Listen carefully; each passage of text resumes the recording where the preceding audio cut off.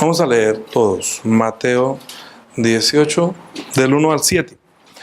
En aquel tiempo los discípulos vinieron a Jesús diciendo: ¿quién es el mayor en el reino de los cielos? Y llamando Jesús a un niño, lo puso en medio de ellos y dijo: de cierto os digo que si no os volvéis y os hacéis como niños, no entraréis en el reino de los cielos. Así que cualquiera que se humille como este niño, este es el mayor en el reino de los cielos.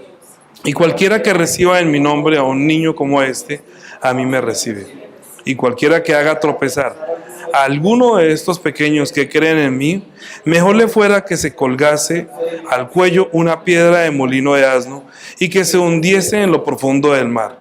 Ay del mundo por los tropiezos, porque es necesario que vengan tropiezos, pero ay de aquel hombre por quien viene el tropiezo. Amén. Ustedes dirán que es la misma cita bíblica de la semana pasada. La semana pasada ya habíamos 2 fines de semana hablando acerca de los niños, que los que entran en el reino de los cielos solamente son los niños. Dijo: dejen que los niños vengan a mí, no se lo impida, porque los tales es el reino de los cielos.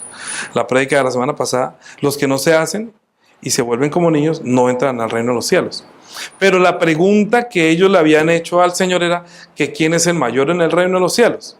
Entonces Él dijo que ustedes tienen que volverse como uno de esos niños, ¿cierto? Si no se vuelven y no se hacen como niños, no entran en el reino de los cielos. Y luego dijo: y cualquiera que así que cualquiera que se humille como este niño, este es el mayor en el reino de los cielos. Cualquiera que se humille como este niño es el mayor en el reino de los cielos. Entonces ellos estaban preguntando: ¿quién es el mayor? Él, antes de decirle quién es el mayor, él dijo primero: miren a ver si van a entrar, que fue la prédica de la semana entrada. Porque muchos ya están pensando ser el mayor y ni siquiera son candidatos para entrar. Entonces primero, por lo menos, inscríbase dentro de los que pueden entrar. Entonces tiene que hacerse y volverse como niño. Si se hace y se vuelve como niño, puede entrar. Y entonces así podría decirle quién es mayor dentro de los que son como niños, ¿cierto? Porque dijo: y cualquiera que se humille como este niño, entonces este será mayor en el reino de los cielos. Ahora diga, estos niños, estos que se hacen como niños, que se vuelven como niños, que entran al reino de los cielos, dentro de esos niños va a haber uno mayor. Pero para ver cómo es que se hace mayor, yo les dije: lean capítulos 17, 18. ¿Sí lo leyeron? ¿Entendieron algo? ¿Por qué es el mayor? Dígame si lo leyeron o no lo leyeron. Levante la mano el que lo leyó. Nadie. Juliana, Lizzy y Sandra, bueno, leyeron. Entonces pueden más o menos entender un poco cómo es que puede llegar a ser el mayor. Sin embargo, hoy vamos a ver que para ser el mayor en el reino de los cielos, Él dijo que se humille. Entonces, ¿cómo es que uno se humilla? Como un niño. Hay palabras que nosotros usamos en este mundo, que humíllese. Entonces, la palabra humíllese es como demasiado dura, ¿sí? Porque lo humilló. Entonces, ¿cómo lo humilló? No, venía en Renault 4 y el otro le pasó por el frente al Mercedes. Entonces lo humilló. Entonces se siente humillado. No, pues esa no es una forma de humillarse. Bíblicamente lo que habla de humillarse es reconocer a Dios, que es grande sobre todas las cosas y que es justo. Entonces, ¿quién nos hace justicia a nosotros? Nosotros creemos que Dios. Si nosotros no creemos que Dios es justo, entonces de nada valdría que nosotros oráramos pidiéndole a Dios que me ayudara. La justicia de este mundo, usted ha escuchado que por ejemplo, en Mateo capítulo 5, que es la semana entrante de tarea, capítulos 5, 6 y 7 de Mateo, para la prédica de la semana entrante. Mateo capítulo 5, le damos un momentico.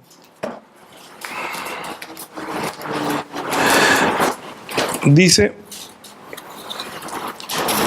es un término que utiliza mucho en este mundo, pero que no está conforme a la verdad. Y nosotros tenemos que discernir entre la verdad. Versículo 10. Bienaventurados los que padecen persecución por causa de la justicia, porque de ellos es el reino de los cielos. Entonces, si eso lo dicen religiosamente, bienaventurados los que son perseguidos por causa de la justicia. Entonces los jueces de este mundo, o la gente de este mundo, dice: Dios hace justicia, es que Él es justo. Cuando perdió Colombia contra Brasil, Y luego Brasil perdió contra Alemania y le dio una tanda a todo. ¡Ay, Dios hizo justicia! Así decía una cuñada mía. Dios hizo justicia, miren, vio, eso les pasa por haber hecho, es que Dios es grande. Ay, Dios no es hincha de Colombia ni hincha de... ¿Sí? Eso no es la justicia, pero digo, ¿sí? La gente piensa, no, pero es que Dios va a hacer justicia. Ay, que se haga la justicia de Dios. Resulta que la palabra, el término justicia de Dios sí quiere decir lo que Dios hace, pero lo que hace conforme a su voluntad. Lo que pasa es que nosotros también tenemos voluntad y queremos que Dios haga según nuestra voluntad. Entonces tocará cambiar el Padre nuestro, que diga, hágase tu voluntad, sino, Padre nuestro, haz nuestra voluntad que queremos en la tierra y desde el cielo haz lo que yo quiera. Pero no es así. Hágase tu voluntad.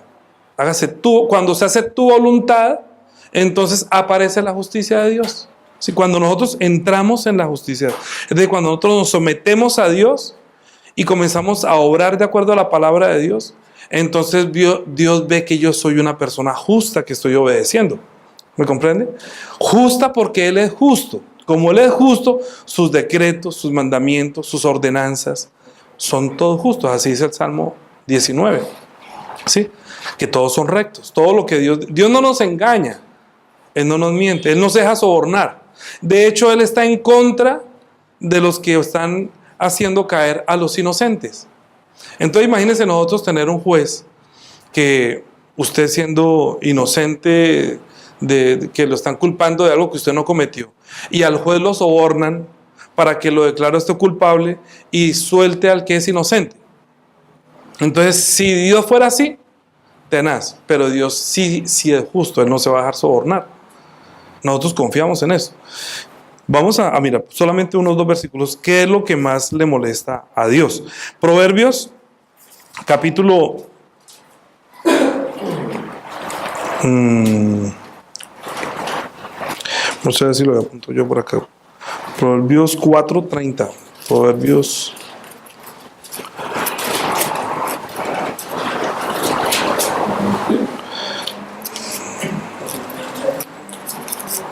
¿Qué dice? 14, 4, no, 4 no hay, perdón, debe ser entonces 14. ¿Cómo? 14. Bueno, mira, ese es 14, que lo apunté ahorita para no acordarme.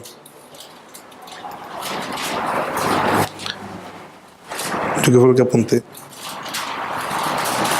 Ah, no, es Daniel.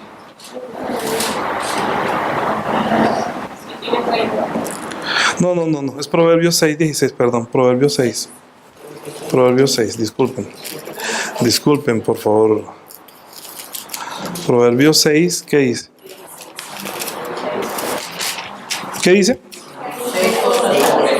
Sí, ¿qué más? ¿Cuáles?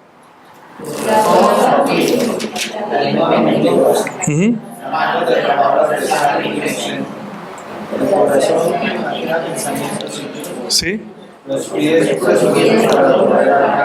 ¿Sí?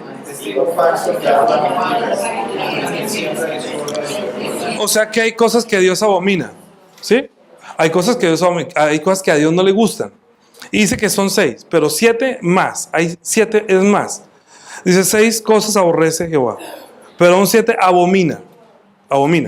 Entonces dice los ojos altivos, la lengua mentirosa, las manos derramadoras de sangre, inocente, el corazón que maquina pensamientos inicuos, los pies presurosos para correr al mal, el testigo falso que habla mentiras y el que siembra discordia entre hermanos. Todo eso es lo que tiene que ver con la justicia. Si usted se pone a pensar, es que Dios es justo. A Él no le gusta que como que caigan contra el inocente. ¿Pensando en qué? ¿Pensando Dios en qué? ¿Por qué todo esto? ¿Solamente que Él es justo? No, es que su Hijo que va a venir a este mundo es justo. Y Él sabe que cuando Él venga a este mundo, lo van a tratar tal cual, con injusticia. ¿Acaso no soltaron a Barrabás, que no había hecho nada, no había resucitado muertos, no había sanado a ninguno? Pero en el momento que iban a darle muerte al uno o al otro, dijo que les voy a conceder soltar a uno, porque en la fiesta de la Pascua se les concedía soltar a uno. Y dijeron que soltaran a Barrabás y no que soltaran a Jesús. Entonces soltaron al culpable y metieron al inocente. Sin embargo, Dios mostró que Jesús es la persona humilde o la persona que se humilló. Filipenses capítulo 2, Es Jesús quien está dando ejemplo de qué es humillarse. Pero ahorita lo vamos a ver en el Antiguo Testamento. 2:8. ¿Sí? Dice, y estando en la condición de hombre, se humilló a sí mismo, haciéndose obediente hasta la muerte y muerte de cruz. Jesús, aunque es hijo de Dios, él se humilló delante de Dios para obedecer hasta la muerte. O sea, si no lo libró Dios en ese momento en que estaban diciendo o suelto a Barrabás o suelto a Jesús, imagínense donde el pueblo hubiera dicho que suelten a Jesús. Entonces Dios, ¿cómo había podido mostrar que es justo? Pero sí demostró que el pueblo todo era injusto. Pilatos dijo, yo lo puedo soltar a usted porque yo no, se lavó las manos, ¿sí? Y sin embargo él condenó a Jesús por darle gusto a los demás y soltó a Barrabás. Dijo, yo soy limpio. Sí, pero eso no lo hace que no haya condenado a un inocente. Se derramó la sangre inocente. Y si usted lee la Biblia, lo que más abominaba a Dios precisamente es que se derramara sangre inocente. ¿Cómo van a derramar la sangre inocente? O sea, ¿cómo van a ir contra el derecho de la viuda? ¿Cómo van a ir contra los huérfanos? O sea, Dios es justo y Él no quiere que pase todo eso. Entonces, el ejemplo de eso es solamente para que entendamos que nosotros estamos viviendo en un mundo donde mora Satanás. Yo les dije que leyeran las cartas a las 7 iglesias. Dentro de las cartas a las 7 iglesias, que era la tarea para esta semana, está hablando precisamente de toda la persecución que tiene el diablo contra los hermanos de la iglesia y que él dice que esto va a pasar, esto les va a pasar. Jesús es más, dijo, a ustedes les va a pasar. Miren lo que dice Juan 16. Él nos advirtió, una cosa es la persecución porque sabemos en el mundo en el que estemos. Juan 16, 1.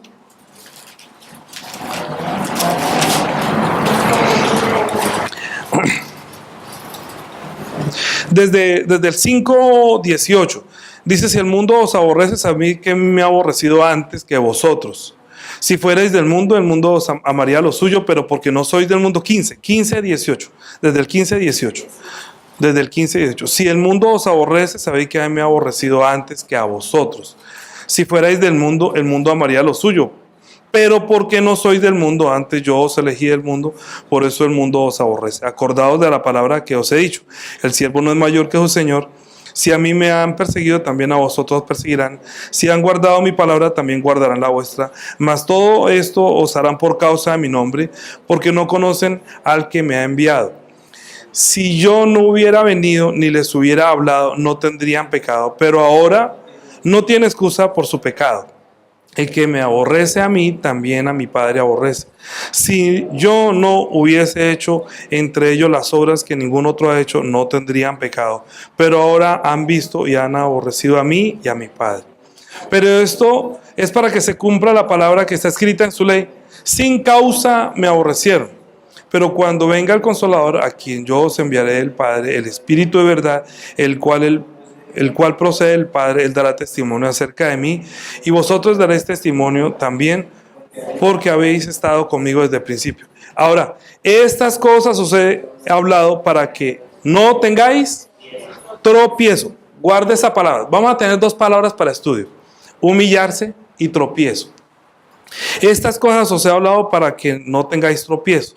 Os expulsarán de las sinagogas, y aún viene la hora cuando en cualquiera que os mate pensará que rinde servicio a Dios. Y hagan esto porque no conocen al Padre ni a mí. Mas os he dicho estas cosas para que cuando llegue la hora os acordéis de que ya lo había dicho antes. Es decir, una cosa es humillarse ante Dios y otra cosa es obedecer, porque tengo que obedecer, tengo que humillarme, y los hombres me humillarán, pero lo estoy haciendo en obediencia a Dios, ¿sí? Y otras personas son las que quieren humillar al que está obedeciendo a Dios, o quieren destruir al que quiere obedecer a Dios. La semana pasada por eso hablamos que hágase como niño y vuélvase como niño, dependa de Dios, haga caso a Dios, ¿cierto? Entonces esas personas que ya nacen de nuevo y que Dios no los deja huérfanos y que son como niños, para llegar a ser mayores tienen que humillarse, quiere decir es a partir de ahí hacerse obediente hasta en el tipo de muerte que le venga. ¿Me comprende? No, usted no sabe qué le va a pasar cuando usted cree ya que es un hijo de Dios y que es un niño como hijo de Dios que se ha vuelto como niño. Los demás lo miran a usted de pronto hasta como con odio porque usted está obedeciendo. Es más, se convertiría como una especie de tropiezo. Yo he conocido a muchas personas que sabiendo, y me ha pasado en mi vida, durante ya yo más de 20 años de ministerio, dentro de la misma iglesia, gente que me pone tropiezo, para que yo tropiece, para que yo caiga, para que yo tenga mala relación con Dios. Y no lo han conseguido porque yo prefiero tener una buena relación con Dios que una buena relación con las personas de la iglesia, cualquiera que se llame. Ni siquiera con mi familia. Yo tuve que dejar a mi familia y a ellos les parecía ingrato que yo antes, después de salir de culto, me iba a almorzar con mi mamá a pasear, pero después un tiempo me iba yo con mis hijas a la ciclovía en Bogotá, me iba con un termado de jugo y con unos folleticos que dábamos y nos íbamos a predicar a Jesucristo, nos íbamos a hablar a la ciclovía. La gente que iba a montar en bicicleta los paraba y les predicaba de Jesucristo. A mi mamá, a mis hermanos les parecía eso tenaz. Entonces mi hermano me decía, ay, usted no debería ser así, porque es que mi mamá lo recuerda mucho y dice que usted era antes mejor. Claro, como antes era tomador y era para la finca y corra para allá, pues cómo no iba a ser mejor para ellos antes. Y ahora me ven a mí predicando en la séptima, pues hasta vergüenza les daba. Pero yo en ese momento era como un niño para Dios. Estaba obedeciendo como niño. Y si Él me decía eso, me estaba poniendo el tropiezo para que yo no lo hiciera. ¿Sí? ¿Quién fue el que le dijo no me sea tropiezo? ¿Quién fue? Jesús le dijo no me sea tropiezo. ¿A quién? A Pedro. Mateo capítulo 16. Mateo capítulo 16.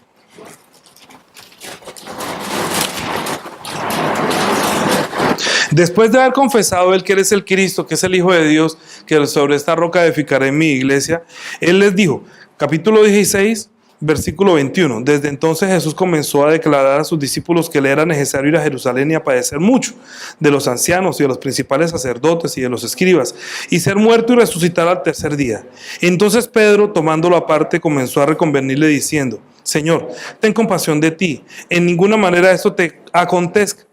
Pero él, volviéndose a Pedro, dijo a Pedro, quítate delante de mí, Satanás. ¿Qué? Me eres tropiezo, porque no pones la mira en las cosas de Dios sino en las de los hombres. Él estaba diciendo, mire que no se metan con uno de estos niños. En el capítulo 16, Mateo 18, que acabamos de leer. Versículo 6, y cualquiera que haga tropezar alguno de estos pequeños que creen en mí, mejor le fuera que se colgase en el cuello una piedra de molino de asno y que se hundiese en lo profundo del mar. Es que Jesús está siendo el Hijo de Dios, es el niño de Dios que está obedeciendo hasta en el tipo de la muerte. Y Él está enseñando a sus discípulos que esto le puede pasar también lo mismo, pero que ellos tienen que ser humildes y ser igual a Él. Como Él no había muerto, no tenían como un ejemplo de saber qué es humillarse. Y no sabían cómo Jesús se iba a humillar. Pero en el Antiguo Testamento ellos sabían qué había pasado. Para complementar este culto de hoy, esta no es tarea, sino para que complemente este culto, léanse Daniel. Daniel con el lente, todo el libro de Daniel, con el lente del profeta enviado de Dios, cómo Dios lo salva. Él es uno de los grandes. Miremos Daniel capítulo 2, para que entendamos qué es humillarse como niño, para llegar a ser grande. Daniel, capítulo 2. No lo vamos a leer todo, por eso como tarea voy a leer solamente los versículos, pero usted tiene que leer todo Daniel para que entienda que Daniel fue uno como de esos niños, que era grande para Dios, que lo usó mucho, pero también lo cuidó y lo guardó, porque él dijo, no los dejaré huérfanos. Y nosotros estamos hablando desde la semana pasada, y somos hijos de Dios, es que ya no somos huérfanos de Padre. Él cuida de nosotros. Solamente humillémonos y sigamos obedeciendo hasta la muerte, pero siendo humildes. Y esta forma de humildad la demostró Daniel, y Nabucodonosor reconoció que es humillarse. Resulta que Nabucodonosor, ¿sabe quién es Nabucodonosor? Bien, diciéndole cariñosamente Nabu, para Nabucodonosor muchas veces hasta les cuesta dificultad de Nabu, tuvo un sueño y resulta que dijo que nadie podía interpretar ese sueño. Como nadie tenía que interpretar el sueño, entonces llamó a todos los sátrapas, llamó a todos los magos y a toda la gente que él tenía para que le dijeran qué quería decir ese sueño. Pero resulta que había un problema para decir cuál era el sueño, porque usted me dice a mí, ay pastor, yo soñé tal cosa, ay cuénteme. No, pero es que no me acuerdo, entonces ¿cómo quiere que le diga? Resulta que a él también le pasó lo mismo, a Nabu le pasó lo mismo. Tuvo un sueño, pero no, tal vez no se acordaba, pero pues fue tan tenaz que no, pero yo fuera de eso, ustedes tienen que acordarse que fue lo que yo soñé. ¿Quién puede hacer eso? Nadie. Entonces resulta que de toda la gente que había, llamaron a un, cuando dijo que nadie lo podía adivinar, que nadie podía saber, llamaron unos, pero señor, eso no lo puede hacer nadie. Y cuando mandó el decreto, que mandaban a todos los sabios y todos los que entendidos y todo, pues ahí caía Daniel, que había sido traído desde Israel, cuando cayeron cautivos, y escogieron de los mejores entre los sabios y los entendidos a Daniel, a 3 más. Bueno, lean ustedes también todo el cuento. Resulta que llegó, cuando Daniel supo que lo iban a matar, dijo, ay, pero ¿por qué tan rápido? No, es que el rey soñó una cosa y nadie ha podido interpretarla. No, pero pues dígame, yo lo puedo hacer. Es que nadie lo ha podido hacer porque él no puede, nadie lo puede decir porque él tampoco lo dice. No, yo voy a hacerlo, entonces dígale que yo lo puedo hacer. Entonces él fue y dijo, mire, hay uno de los de Israel que puede hacerlo. Entonces dijo, ¿cómo así? Entonces dijo, sí. Entonces dijo Daniel, le dijo a los amigos, ustedes pónganse a orar, intercedan por mí para que yo pueda interpretar el sueño que ni siquiera yo sé. Entonces él se acostó y tuvo la revelación del sueño que había tenido el rey, y cuando entró dentro del rey le dio toda la revelación del sueño. Entonces fue cuando vio la figura que era la cara de oro y el cuerpo de plata y las piernas de bronce y los pies de hierro y los dedos de hierro con eso, y le dijo qué iba a pasar en todo el tiempo. Mejor dicho, con esa interpretación le estaba diciendo es qué va a pasar en la vida del mundo. ¿Ustedes se imaginan? Estaba diciendo lo que iba a pasar hasta cuando venía Jesús y hasta después de Jesús, dijo Daniel. Porque ahí, en ese capítulo 2, está condensada como toda la historia de lo que va a pasar con la humanidad hasta cuando Cristo vuelva. Imagínense. Entonces, cuando Nabu le dijo, sí, ese fue el sueño y la interpretación, entonces capítulo 2, desde el versículo 46, vamos a leer solamente, 2:46. Entonces el rey Nabucodonosor se postró sobre su rostro y se humilló ante Daniel y mandó que le ofrecieran presentes e incienso. Mire, ¿usted se imagina que un rey se humilló ante Daniel por haberle interpretado el sueño? Humillarse es, siendo que es el rey el que manda que todo el mundo deberá arrodillarse ante él, al ver la interpretación que verdaderamente está reconociendo es que Dios está con él. ¿Sí? Y lo puso sobre todas las cosas. Entonces él, al ver eso, pues uno se da cuenta que ante Dios la gente se debe humillar ante el reconocimiento de que Dios está con él. Si Dios está con él, sí, mejor dicho, Dios está con él. Y él estaba seguro que Daniel, entonces dijo, y el rey habló a Daniel y dijo, ciertamente el Dios vuestro es Dios de dioses y Señor de los reyes, y el que le revela los misterios, pues pudiste revelar el misterio. Entonces el rey engrandeció a Daniel y le dio muchos honores y grandes dones, y lo hizo gobernador de toda la provincia de Babilonia y jefe supremo de todos los sabios de Babilonia. Imagínese la envidia que levantó Daniel cuando Dios lo ayudó. Pero es que Daniel es el profeta de Dios, que es la boca de Dios, es la voz de Dios, por eso digo que tienen que leer toda la historia de Daniel para que sepan por qué llegó hasta ahí. Imagínense que luego este hombre, después que se humilló ante Daniel, pero como Daniel le dio la revelación que le dijo que tú eres esa cabeza de oro, y que tú vas a ser el grande, y que tú entonces luego mandó a hacer una estatua, léanlo todo, mandó a hacer una estatua grandísima, y entonces mandó que la adoraran. Y entonces, claro, como tenía enemigos allá, como tenía envidiosos, entonces él sabía que esos envidiosos, cómo esos envidiosos iban a hacer caer a Daniel. Entonces dijeron que no, que nadie podía, que todo el mundo tenía que postrarse cuando se hiciera esa imagen. Entonces cuando hizo la imagen, ¿quién no se arrodilló ante la imagen? Daniel. Pero como había un edicto que si alguno no se arrodillaba, entonces lo metían al horno. Entonces resulta que estos tipos le estaban poniendo el tropiezo, y Nabucodonosor no sabía que él también iba a caer ahí, porque no se humilló. Entonces metieron al horno a Daniel pensando que él estaba confundiendo, y Dios lo libró de allá. Dios lo libró del horno de fuego.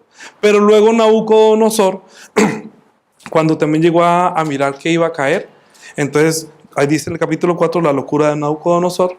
Tiene que leerlo todo.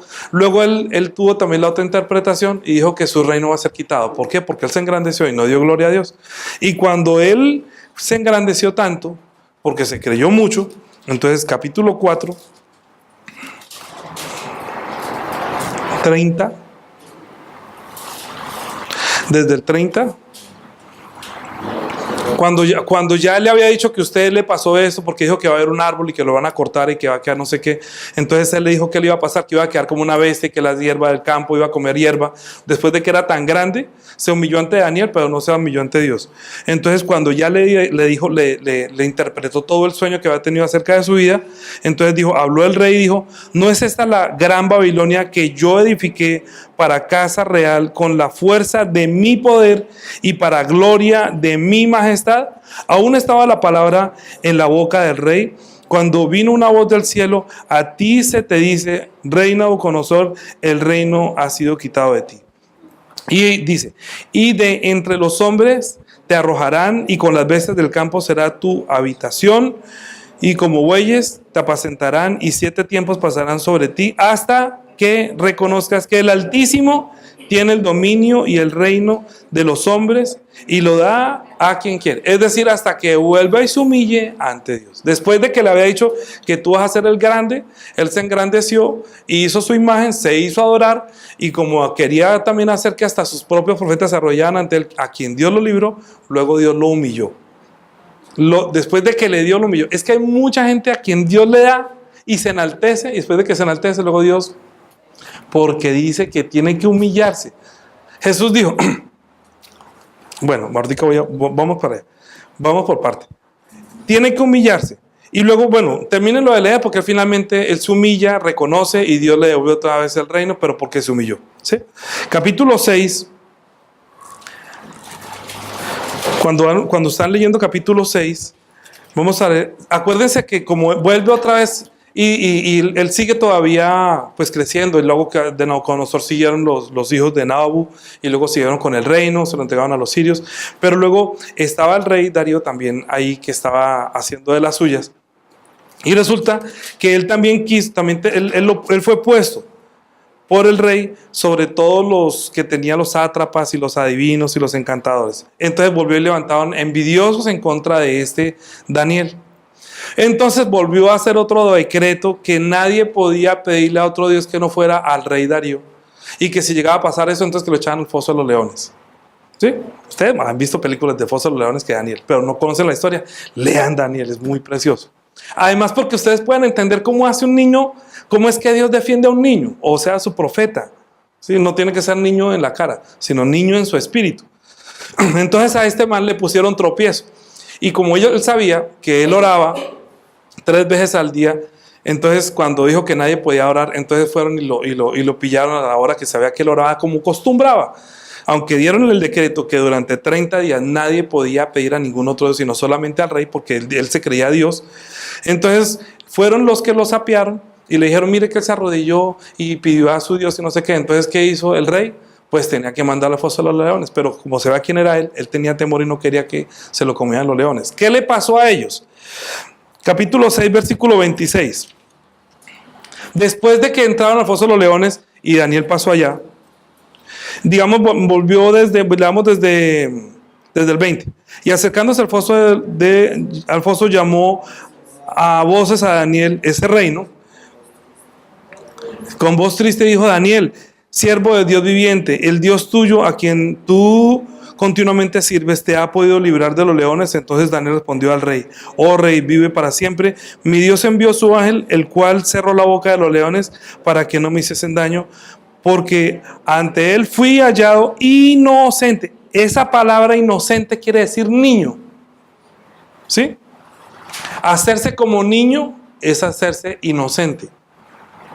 El niño inocente es el niño que está haciendo las cosas con un corazón puro, digámoslo así. ¿Sí?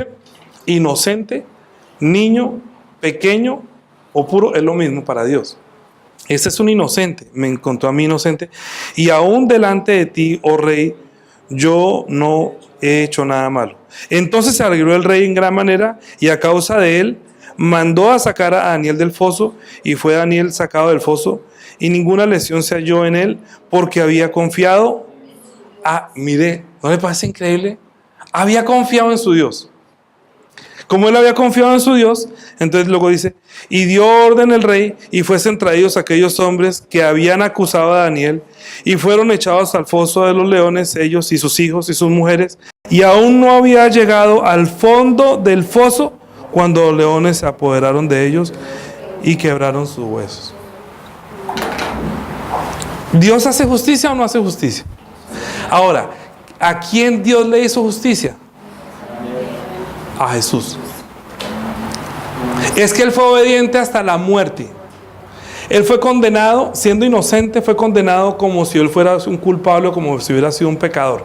Pero Jesús había hablado, Mateo 24, Lucas 21, Marcos 13, todo lo que va a acontecer. Él estuvo hablando, usted lee en los 4 evangelios, Él está hablando de lo que va a ser el reino de los cielos. O sea, en su segunda, Él está profetizando. Jesús todo lo que está hablando es profetizando lo que va a pasar cuando Él vuelva por segunda vez. Y aún lo que va a pasar después de su venida al libro de Apocalipsis. O sea que mayor que Daniel es Jesús. Ustedes leen Daniel, alcanzan a ver como una lámpara, pero viendo y escuchando a Jesús ya ven como la luz del día completamente. Entonces a Jesús lo quería hacer tropezar Pedro, a Jesús lo quería hacer tropezar Pilatos diciendo si quiere yo te libero. A Jesús lo quería hacer tropezar muchos. El diablo lo tentó y muchos venían a hacerlo tropezar a ver si le hallaban mentira, pero no se halló mentiras en él. Sí, Isaías 50 dice que nunca se halló mentira ni hubo engaño en su boca. Entonces con todo eso Dios quiso quebrantarlo sujetando al padecimiento. ¿Por qué? Porque nosotros necesitamos un Salvador. Un Salvador que nos inspire a humillarnos delante de Dios y a confiar en Dios como confió Daniel, que fue librado de los leones. Lo que pasa es que como una historia tan vieja, es una historia antigua, pero él profetizó. Y sin embargo, la gente creía mucho lo que Dios había hecho en Daniel, los israelitas sobre todo, pues nosotros que no conocíamos, ni siquiera hemos leído esta parte de la Biblia y no confiamos. Nosotros decimos que creemos en Dios, pero no podemos creer que podemos ser librados de la muerte. Sin embargo, Cristo fue obediente hasta la muerte y muerte de la cruz, porque si Él no muestra el camino de la justicia de Dios, entonces ¿cómo nos haría justicia a nosotros? Mire, dígame la verdad, ¿usted sabía que nació muerto? No, usted no sabía que nació muerto. Nuestro espíritu desde que nació muerto. Es decir, que el pecado original, usted es inocente del pecado original. ¿Me comprenden? ¿Quién cometió el pecado original? Adán. ¿Usted qué culpa tiene que Adán se haya comido la fruta? ¿No le parece? Entonces, ¿cómo podría Dios condenarnos a nosotros si no hemos cometido el pecado original? Pero sin embargo, dentro de nosotros está la muerte. Entonces Dios envió la vida por medio de Jesús. Dios envió a Jesús para darnos vida, pero antes que viniera nos mostraba que lo iban a matar como un inocente, siendo que no era culpable, pero que un inocente iba a pagar por un culpable. ¿Sí?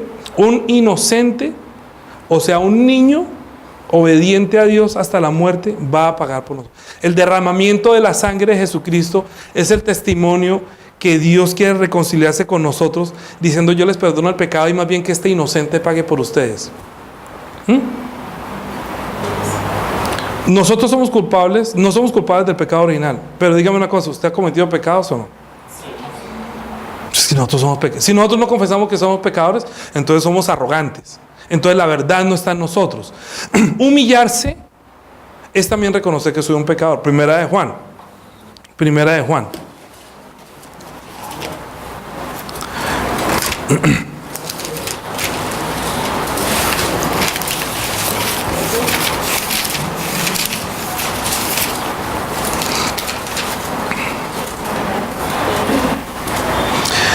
Capítulo 1, versículo 5. Este es el mensaje que hemos oído de Él y os anunciamos. Dios es luz y no hay ninguna tinieblas en Él. Si decimos que tenemos comunión con Él y andamos en tinieblas, mentimos y no practicamos verdad. Pero si andamos en luz como Él está en luz, tenemos comunión unos con otros y la sangre de Jesucristo su Hijo nos limpia de todo pecado. ¿Por qué nosotros no juzgamos a nadie? ¿Por qué no condenamos a nadie? Porque yo soy tan pecador como ustedes. No se trata que yo condene, pero yo tampoco puedo poner tropiezo. Y si alguien me pone a mí tropiezo, entonces Dios hará justicia. Si alguien pone tropiezo a mí. Si nosotros tenemos comunión ahorita, es porque tanto usted como yo tenemos que tomar la sangre de Jesucristo, reconociendo que solamente por su sangre nosotros tenemos la reconciliación con Dios. Es decir, que un inocente murió por mi pecado. ¿Por qué?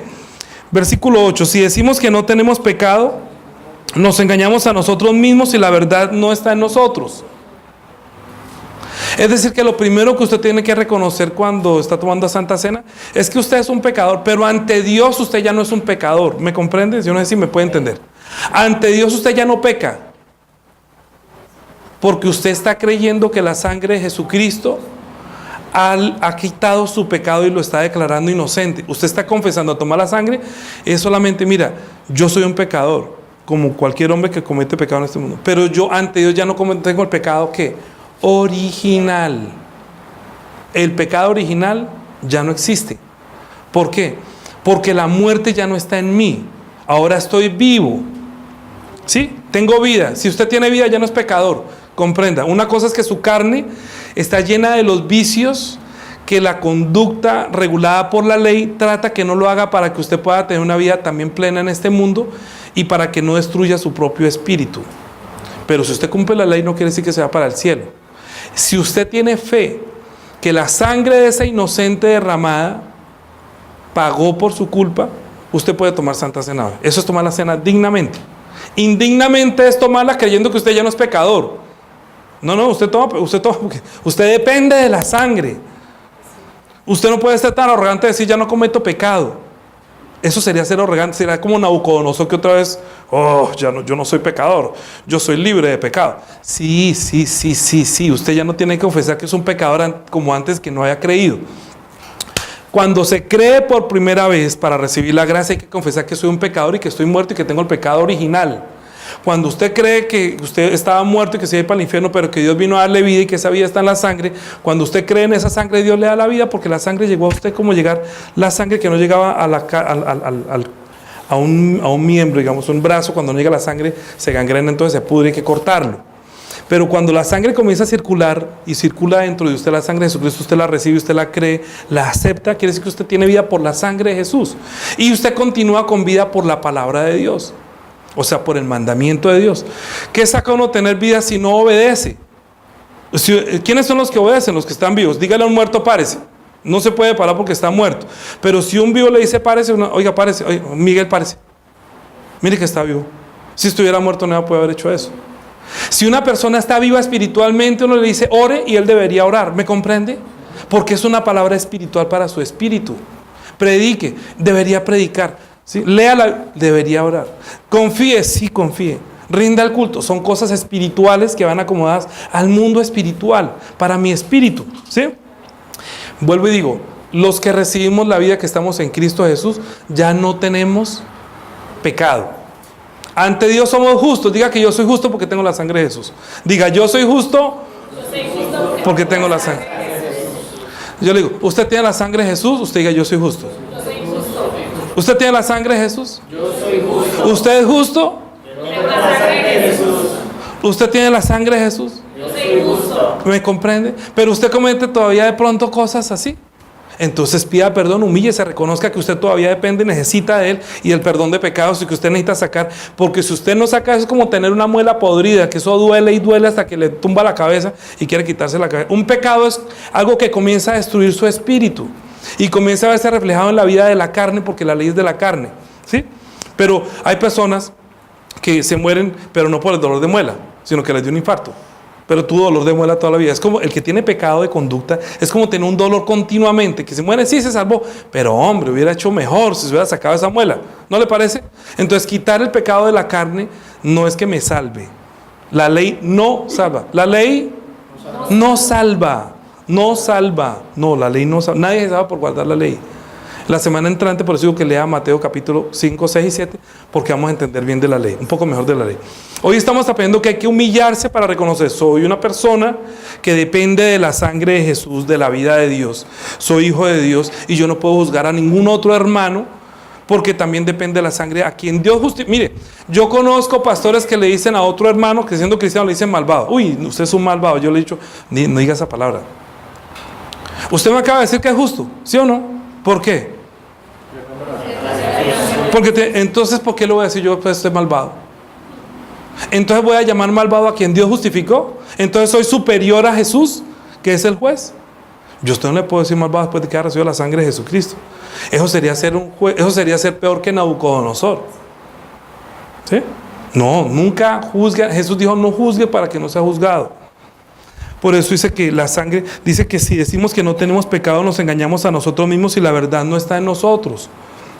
Si confesamos nuestros pecados, léalo, ahí dice, si confesamos nuestros pecados, Él es justo para perdonar nuestros pecados y limpiarnos de toda maldad.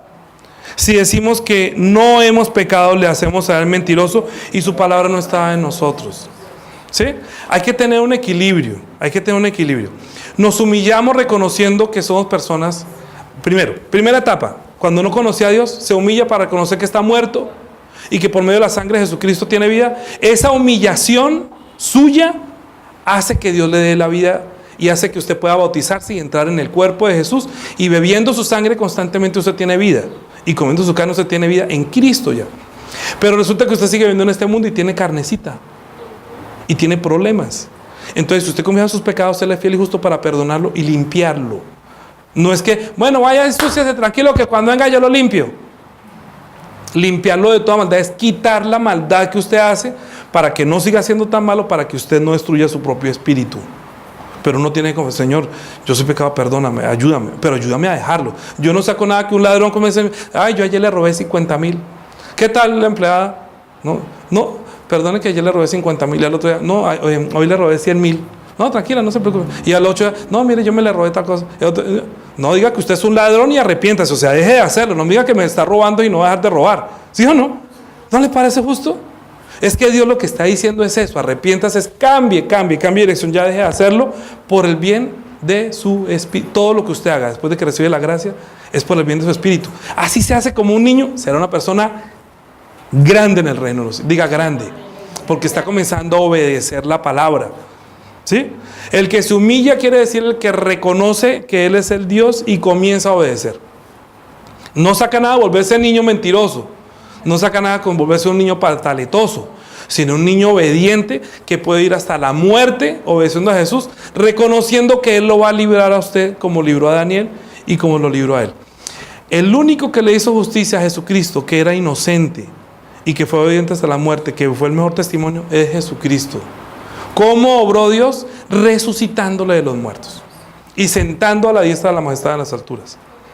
Imagínense, ¿no le hizo justicia a Dios a Jesús?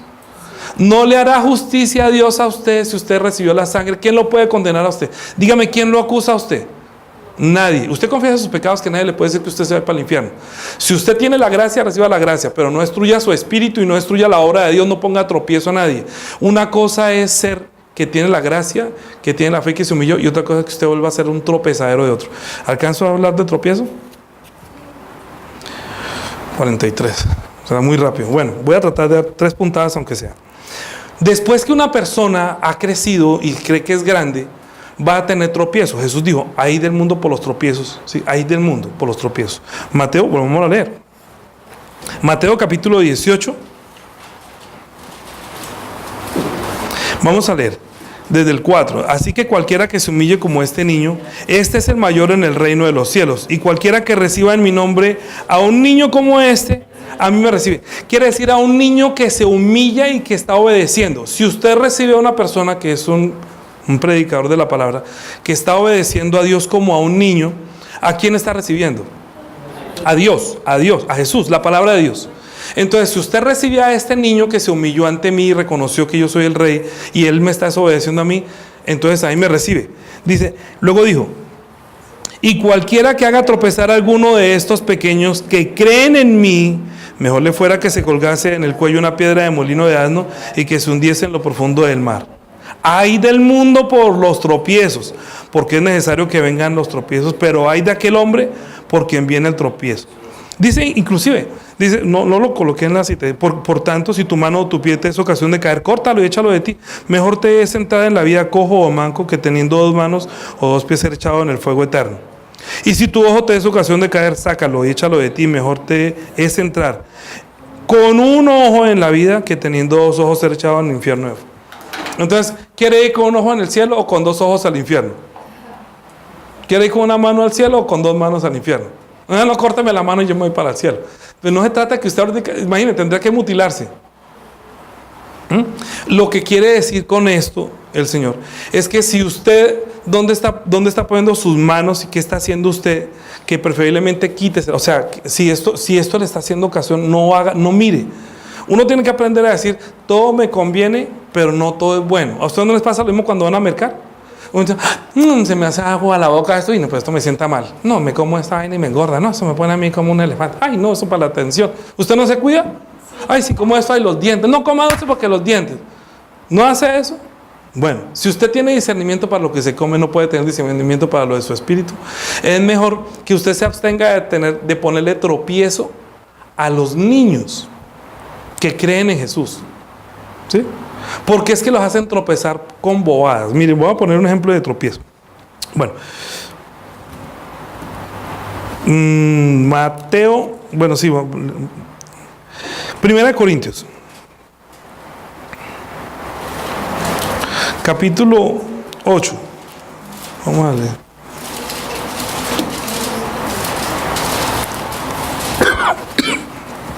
Por ejemplo,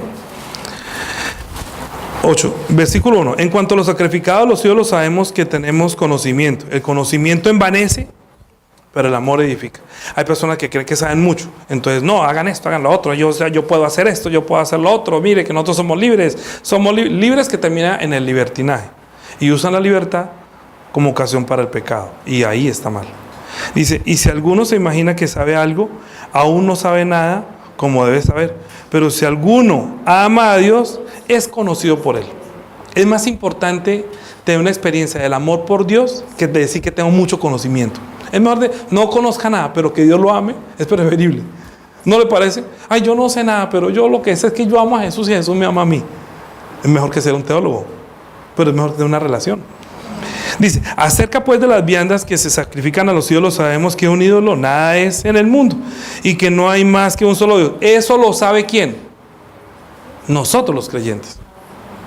Lean capítulo 5, 6 y 7 para que entienda eso. De Mateo para la prédica de la semana entrante. Para nosotros, sin embargo, hay un solo Dios, el Padre, del cual proceden todas las cosas y nosotros somos para Él, y un Señor, Jesucristo, por medio del cual todas las cosas, nosotros y por medio de Él. Pero no en todos hay este conocimiento, porque algunos habituados hasta aquí a los ídolos comen como sacrificado a los ídolos y su conciencia, siendo débil, se contamina. ¿Se contamina qué? Dice, ay, es que... Por ejemplo, yo voy a dar un ejemplo. ¿Qué tal que usted vea la semana entrante que yo vengo y pongo aquí un cuadro de los 12 apóstoles en la Santa Cena? Ay, el pastor se nos volvió idólatra. Pero es que yo ya sé que los ídolos, yo no estoy aquí, tengo eso para adorarlo. ¿Sí? Pero si yo sé que aquí hay una persona que tiene eso en la casa y le sirve para prender la vela, entonces yo mejor lo quito porque él es débil. ¿Me comprende? Y yo podría llegar a ser un tropiezo para esa persona porque lo va a tener como pecador. ¿Ya? Bien, mire eso. 8. Si bien la vianda no nos hace más aceptos ante Dios, pues porque hay unas personas que dicen que no pueden comer morcilla, no pueden comer cerdo porque la Biblia lo dice. O que no pueden, que se llevaron. Dígame si por ejemplo la mamá de Juanita que le gusta seguir a la María, que es ¿cómo es? De la Legión de María. Y eso hacen comidas y viandas. Pero si por la noche me sirven una comida y me dice, y yo estoy comiendo galletas o comiendo lo que me dan. No, es que esas tamales los compramos porque es que se los ofrecimos a María y compramos con una plata para la ofrenda a María. Y entonces a mí me da ganas como de, ay, eso es para María. Pero yo no digo nada por causa de la debilidad. Pero me lo como porque para mí no es, ¿me comprende? Porque yo no lo estoy haciendo para adorarlo. Porque yo tengo mi conciencia tranquila. Pero si mi conciencia hace que Juanita dice, si yo viera que Juanita dice, ay, esto es para María, entonces no mami, yo no, entonces yo tampoco me lo como. ¿Me comprende? Porque ella pensará que entonces yo soy peco y ella no. Entonces ella sí lo vota y yo no. Yo soy libre. Porque para mí la comida, yo dando gracias, ¿sí? Yo me la como dando gracias. Pero si ella dice, ay, pero eso se lo dieron fue a María. Ah, no, entonces no lo comamos. Porque ya entendí que es débil. Entendí que es débil. Pero no me pongo, ay, ¿usted qué se cree? ¿Acaso no es libre? ¿Qué le pasa? No entendí. Mejor explique. Dice que no sabe nada. porque no tiene el amor de Dios. Bien, pero mira que está, mire, sigamos, ¿dónde vamos? 9. Mira que esta libertad, perdón, desde el 8. Si bien la vianda no nos hace más aceptos ante Dios, pues ni porque comamos seremos más, ni porque no comamos seremos menos. Pero mira que esta libertad vuestra no venga a ser tropezadero de los débiles. ¿Sí? ¿Me entendieron? O sea, hay personas que hacen tropezar. Hay personas que, mire, hay muchas formas de hacer tropezar. Por eso digo que mejor dejemos para la semana entrante la parte de tropezar. Yo pensé que iba a alcanzar. Hay personas que escuchan la palabra que usted está escuchando y se le dicen a otra persona, mire, es que el pastor dijo tal y tal cosa. Entonces otra persona le dice, no, pastor, es que hablé con tal pastor y me dice que tal y tal y tal y tal. Lean la parábola de la siembra, que uno sembró en tal parte, otro sembró en tal, y que como el que sembró en pedregales, como no tenía raíces en sí, al ser perseguida la palabra, entonces se marchita y cae, porque la hizo tropezar. Estaba la palabra que no había ni siquiera profundizado. Lean la parábola del sembrador. Y tropezó por la persecución. Cuando persiguen la palabra, usted tiene que profundizar más en la palabra. No le pida explicaciones a una persona que tampoco de pronto sabe. Lea la Biblia ahora y que el Señor lo ayude. Que Él no lo dejó huérfano, le envió el Espíritu Santo para que usted profundice más, para que enraíce. Pero si usted se pone a depender de otra persona, con toda seguridad, que si tiene envidia sobre usted, como tuvieron los sátrapas, va a hacerlo tropezar para que usted pierda su fe. La vida de fe es solitaria, como la de Jesucristo, solitaria. Si a usted le dice, a mí un día dijeron, es que yo dudo de su fe, gracias. Gracias por un día. Claro, yo duré como unos días con tensión y yo orando y orando, como así que un pastor diciendo que ora. Menos mal que el Señor me fortaleció y me conmocionó y ¿cómo es que se dice? Me consoló y me restauró de esa palabra que era tropiezo para mí. Uno no puede dejar tropezar su vida de fe. Usted tiene que orar, arrepentirse y volverse a la Biblia y que el Espíritu Santo lo ayude. No dependa, mire, hay mucha gente que lo quiere hacer tropezar. A Daniel lo quisieron hacer tropezar. El mismo discípulo de Jesús quiso hacer tropezar a Jesús sin intención. ¿Sí? Entonces él dice, ahí del mundo por los tropiezos. Si usted es un niño que se humilla y usted quiere obedecer, estos que son lobos rapaces quieren tratar de que usted comience a obedecerlos a ellos y que decir, no, sálgase de allá y véngase para acá. Son ladrones de ovejas. Véngase para acá, que aquí sí le digo, no, usted no necesita robarse las ovejas de nadie. No, si Dios le da a usted, si se fueron, debe ser que están comiendo mejor en otra parte y se acabó el problema. Pero usted ni se lo saque, ni hable mal de los demás. No juzgue a nadie, para que no llegue a ser tropezar. Pero la semana entrante hablamos un poquito más del tropiezo. Por favor, celebremos Santa Cena con arrepentimiento, reconociendo que nuestra humildad, tenemos que obedecer a Jesús, a Dios, su palabra, hasta la muerte, siendo humillándonos, reconociendo que todo lo que Jesús dijo viene de Dios. Él profetizó todo, Mateo 24, Lucas 21, Marcos 13. Él profetizó más que Daniel y nos dijo todo lo que iba a acontecer y lo que está pasando. Mi hermano me decía, véase el documental de las puertas del Armagedón. Yo vi a uno de los grandes cristianos que tuve yo en mi época, en otra iglesia donde nací, que me decía, no, es que Moisés, es que Abraham dijo que no quería matar al hijo porque tal. Pero si Abraham no dijo nunca nada. Yo lo vi en la película.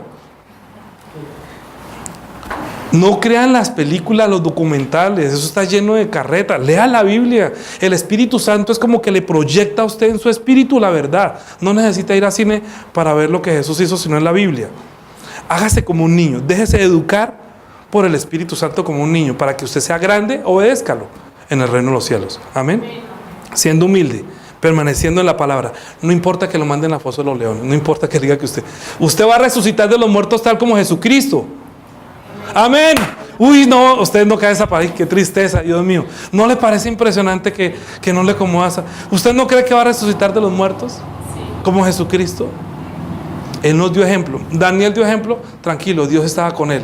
Lo libró del horno. Lo libró de los leones. Jesucristo, ¿cómo le va a entregar? A decir, sí, por favor, Pilato, suélteme. No, en tus manos encomiendo mi espíritu, le dijo al Señor. ¿Usted qué va a hacer en el momento de su muerte? ¿Virgen Santísima? No. Señor, en tus manos encargo mi espíritu. Yo resucitaré a los muertos, está como Cristo. La sangre de Jesús está en mí, yo me bauticé en su nombre. Esa es nuestra confianza. Así se metió Daniel al foso de los leones. Así se metió al foso, al horno, creyendo que Dios lo libraría. Jesucristo entró a la muerte, se va crucificando sabiendo que Él va a vivir, porque yo soy el chiquitín de Él. Soy un pequeño, pero voy a ser grande en el reino de los cielos. Para Él voy a ser grande. Amén. Está obedeciendo hasta la muerte. Oremos por nuestro espíritu. Oremos y luego tomamos Santa Cena. Voy a orar también por Santa Cena de una vez. Dios el Padre, te damos gracias por habernos dado tu palabra, para que nosotros, y tu ejemplo, Señor, porque es más precioso vivir de tus testimonios y de vivir de tu ejemplo, para seguirte, Señor, porque tú dijiste que tú eres el camino. Ayúdanos para que nosotros seamos seguidores tuyos y servidores tuyos. Que nosotros no seamos discípulos solamente que predican, sino queremos parecernos cada día más a ti, como uno de los pequeños que se humilla para ser obediente hasta la muerte, así como tú te humillaste, y por eso Dios te elevó y te sentó a la diestra de la majestad en las alturas. Ayúdanos para que nosotros en el reino de los cielos también lleguemos a ser mayores, Señor. Ayúdanos para que lleguemos a ser mayores que los otros, Señor. Ayúdanos, por favor, para que nosotros tengamos siempre el corazón humilde y no juzgar a nadie, tampoco ser tropiezo para nadie. Bendícenos, por favor, para que nosotros no caigamos en la tentación de los que ponen tropiezo a nuestra vida de fe, para que nosotros no obedezcamos. Todo lo contrario, Señor. Entre más tropiezos nos pongan, ayúdanos, que nosotros dependamos más de la oración, más de tu guía, más de tu esperanza, más de tu promesa. Bendícenos, por favor, para que nunca nos apartemos de tu palabra, porque separados de ti nos podríamos perder. Separados de la oración, separados de tu palabra. Ayúdanos que tu palabra sea lámpara a nuestros pies y lumbrera en nuestro camino, porque vivimos en el valle de la muerte, de las sombras y de la muerte, pero tu palabra es nuestra guía, es nuestro norte, es nuestra luz, Señor. Ayúdanos, te lo pedimos en el nombre de Jesús. Ayúdanos también para que ahorita que tomamos Santa Cena, dispongamos nuestro espíritu, recordando que estamos tomando la sangre, Señor, en memoria tuya, para recordar que hay un pacto entre Dios y nosotros. Es un pacto que tú nos hiciste justos, que tú llevaste nuestro pecado, que ya no hay el pecado original, que ya nosotros estamos vivos, que aunque cometemos el pecado de la cotidianidad por los vicios de la carne, nosotros seguimos dependiendo de tu preciosa sangre, Señor. Así que no juzgamos a nadie, pero tampoco somos juzgados por nadie. Pero esta libertad no nos sea ocasión para hacer tropezar a otros, ni para destruir nuestro espíritu, sino todo lo contrario. Concédenos el arrepentimiento, para que en el despertar, en la resurrección de los muertos, nosotros también seamos llamados grandes, Señor. Bendícenos para no caer en la tentación de dejarle rienda suelta a nuestra vida de la carne, corrompiendo nuestro espíritu. Ayúdanos a depender de ti, que tomemos Santa Cena recordando tu carne y tu sangre, en el nombre de Jesús. Amén.